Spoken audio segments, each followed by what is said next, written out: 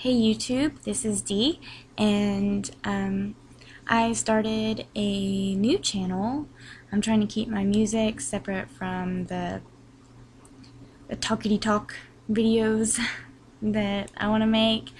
My previous YouTube channel that I've been pretty active on is Nick D. Gill. Look it up if you're interested. See me sing and play guitar.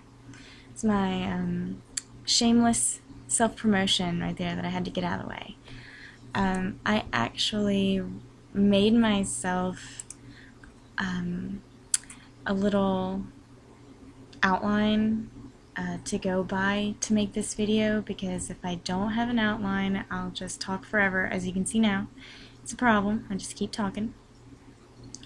But for close to a year now, I've been watching a lot of ex-Jehovah's Witness videos, and I'm intrigued by you all and by the ex-Jehovah's Witness YouTube community. I love it, even though I've kind of been sitting in the back of class, not saying much. I'm still watching the videos. I've subscribed to you all. Recently, though, the past few days, I've been staying up late watching videos. I've been spending most of my free time during the day watching videos, just listening to the amazing things that you all have to say. And you all are so fun and eloquent with your delivery, but you're also powerful, each and every one of you, and you give me strength in ways that you wouldn't think from a YouTube video, which is pretty amazing. I've been watching a lot of Dan Maran, Hail Diggity, JW Fairy Tale, Opposing Suns, which was also before the solstice. Clint and I have had some amazing conversations. Yahweh to Hell, Propaganda Techniques, Lucius, I love your videos. Bible Thumper, I've watched a lot of CS the Apostate. He was the first apostate, I guess, YouTuber that you could say that I sat down and watched a lot of videos from. Laura San Eastman, Dan Mara. I don't know if I mentioned you already. I can't remember. But I love you all. I love watching all of your videos.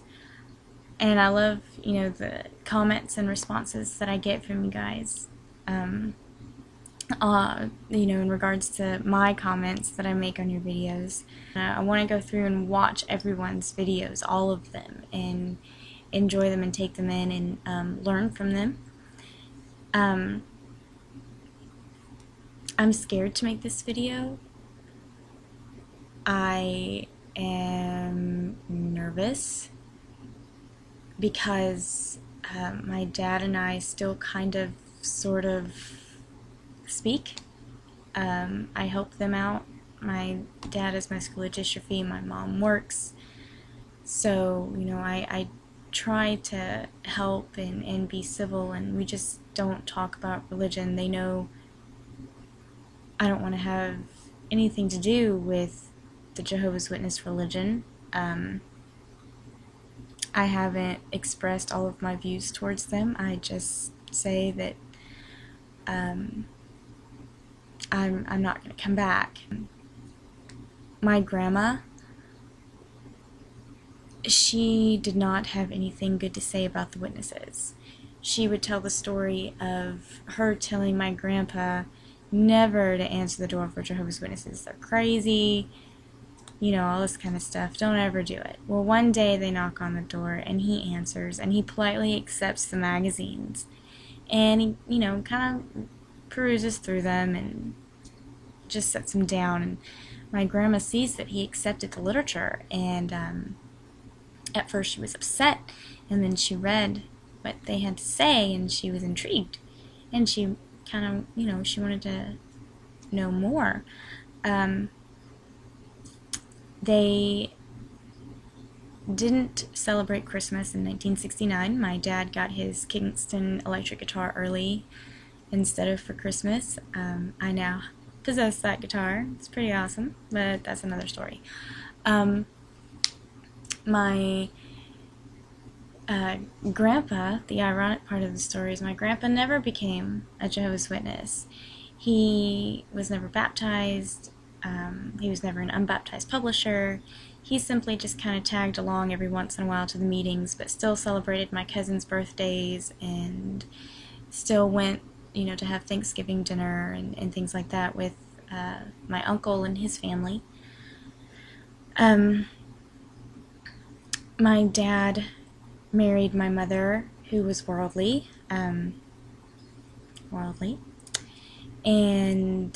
my mother, as a child, was very lost. She was the middle child.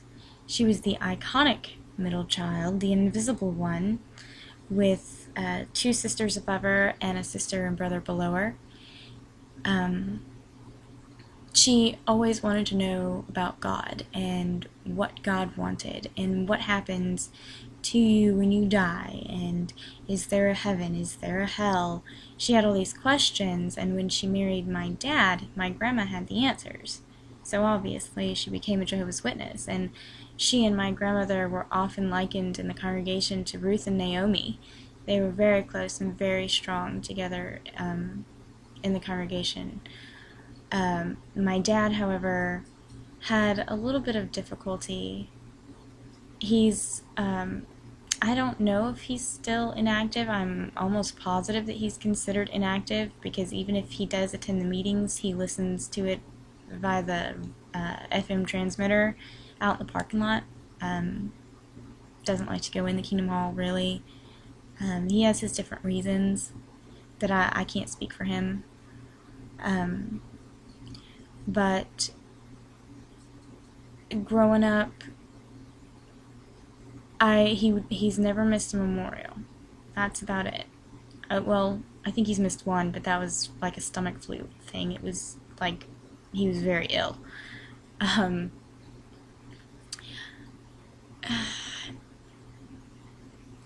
was born into this religion.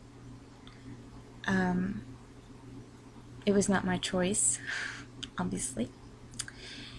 And I was homeschooled until 3rd grade. My mother and I have never gotten along for one reason or another. She and I have always fought for as long as I can remember. And even at the age of 8 years old, I just couldn't get along with her. She couldn't teach me anymore because we couldn't stop fighting long enough to learn anything. So my dad put me in public school in 3rd grade, and it was literally a culture shock.